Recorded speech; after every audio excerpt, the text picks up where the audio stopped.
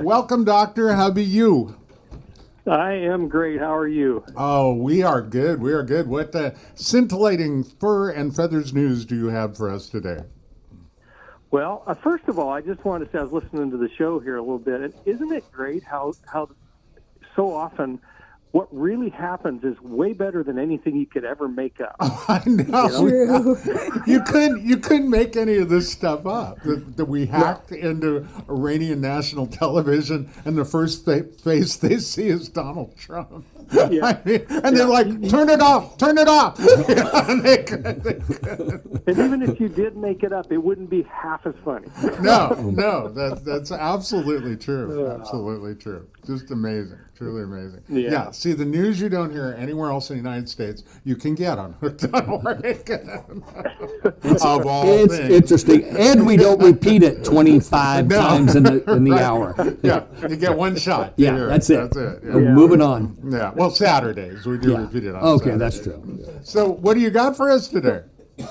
So last week, when I was on the show, we talked about elk hoof rot disease here locally, which is something that we have seen. It hasn't been a huge problem in this part of Oregon. It has been in other parts, but another disease that we kind of ran out of time before I could get to it, so I thought I'd talk about it today.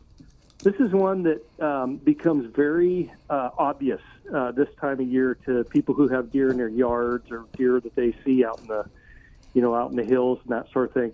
It's called deer hair loss syndrome, and you've probably heard me talk about it before.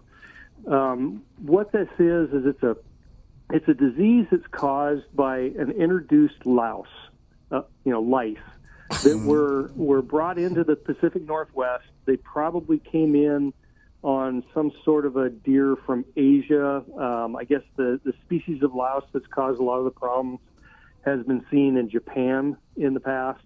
I don't know if that's its origin or not, but it came over with some kind of an exotic deer and got into blacktails, and it's now spread up and down the West Coast. It's up into British Columbia and down into California and all through Oregon and Washington. And it seems to be limited in terms of, or the limit for it seems to be related to elevation, so it doesn't go above about 1,500 feet elevation, so that's what seems to keep it from going into eastern Oregon and on into mule deer. But what the symptoms are, or at least the symptoms that we see this time of year that become so obvious, are the lice are a chewing louse. And so they chew on the skin of the deer at the base of the hair follicles and cause the deer to itch like crazy. And the deer basically scratch the hair off. They break the hair off from scratching where these lice are irritating them. And you'll see these deer this time of year that start having white patches on their side. Looks like they're bald. They are, actually. The hair is actually breaking off, and those deer are losing that insulative layer on the sides of their body as a result of trying to deal with the itching from these lice. Wow. These lice are on the deer year-round, but it's wintertime when the lice are adults and when they start to cause the problem, when they start doing the chewing. Most of the deer survive it.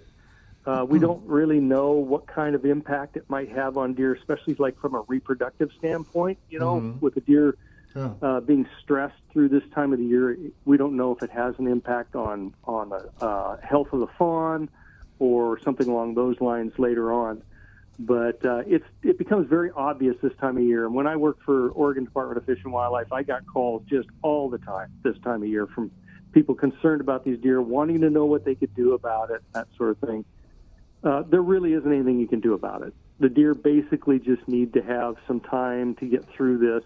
They need to not be stressed by people interacting with them or pets chasing them. Feeding deer this time of year or any time of year is a bad idea. And one of the reasons it's such a bad idea with respect to this disease specifically is that's how the lice get around. They go from one deer directly to the next. And so when they're being fed and they're getting close to each other, the deer are, the lice jump from one deer to the next. Mm-hmm. So I just want to talk about that a little bit. I know the office in Charleston and other offices in in Oregon, we'll be getting lots of phone calls coming up pretty soon, because this is when the deer really start to show up that are suffering from the problem. Right. Oh, yeah. Dr. Stu, I really want to thank you, because I have been soaking my feet and I no longer have the elk hoof problem. That's good. Yeah, so and now with the louse thing, I've noticed my hair is getting thinner, and so I'm not going to feed the deer anymore, even though the itching and scratching will be gone soon. Don't scratch it. You're such a good doctor. Well, He is. He's amazing. He's amazing, isn't he? I think that's what happens to a lot of men. Stuff that when they're married for a long time, they scratch the top of their heads a lot, and the hair falls out and stuff. So there's maybe a connection between the two. Certainly happened to me. Okay. Yeah, I was going to say, just back off a little bit, Mark. I thought I'd bring it up. We'll highlight that tomorrow night at dinner. So. Yeah, right. Absolutely. Poor Stu. God, yeah. Now it'll be interesting to see. Hopefully it doesn't have an impact on their internal system, or lead to death, because then you would start wondering what could we do. I would think that there would eventually be something that would address this that they could eat, that we could put in pelletized food or something that would help knock this down. Oh, that's a good idea. That's a good idea. And I mean, there may be something like that would help reduce the problem. But when you're talking about a problem like this being at a population level, they're being effective would be a whole different question. Oh gosh, yeah. Hey, can you hang on? Stay with us. Yeah, we'll be right back with more Dr. Love in just a moment.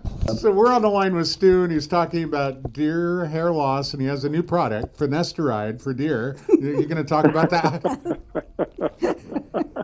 No, that wasn't really what I was planning on talking about. Has your deer not been able to get dates? Is thinning hair a real problem? We have what you need. Well, cheer up, Bunky. Oh, come on. We can make a lot of money, Stu. I don't know. We're missing out here. You'll have $5 waiting at the door. That's right. Okay, Stu, it's all yours. So is it like a West Coast wide problem with the deer now, with the hair loss? It is. It's in the western states, the west part of them. It doesn't seem to be in the eastern part of the state very much. It's been seen a few times in mule deer, and in a research setting, it was proven that these lice can live on mule deer just fine. But I think that elevation limitation for the lice seems to be saving our mule deer, which is good. Yeah. Yeah. So temperature obviously affects how active these lice are too. It sounds like. I don't know. It might be. I'm not really sure. They're right up against the skin of the deer, so I don't know if the ambient temperature really impacts them as much. They're going to be able to get heat from the deer. Right. But I mean, if it's not that, I don't know what else would be limiting it in terms of the elevation. So there's a lot that's not known about the lice, and one of them is just how long are they going to continue to be a problem? Because with lice, there's like 6,500 of them in the world that have been identified, and when you have that many, of a particular kind of an animal, they become very specific about what they're relying on for their livelihood, and the fact that these lice jumped from some Asian deer into black-tailed deer was something that really kind of nobody could really anticipate. Right, that shouldn't have happened. Right. No, So there's a lot of questions. Mm-hmm. Yeah, John Cooper's here, and from the National Wild Turkey Federation. He was very upset that we no longer call you the bear spanker. And he was wondering what the story was with that. I said, no, he's Dr. Love now. But John's lobbying for you to be the bear spanker again. Right. Nope, I'm done bear spanking. Not doing that anymore. How many years did you bear spank since we went there? You know, I just got involved with it a little bit when I first moved here to Coos County. There are much more accomplished and experienced bear spankers than me. I didn't like it. The bear didn't like it. It wasn't good for either of us. I decided there's got to be other fetishes. Yeah, but there's others who are much more invested in it than I am. So. I can imagine. They dress for it too.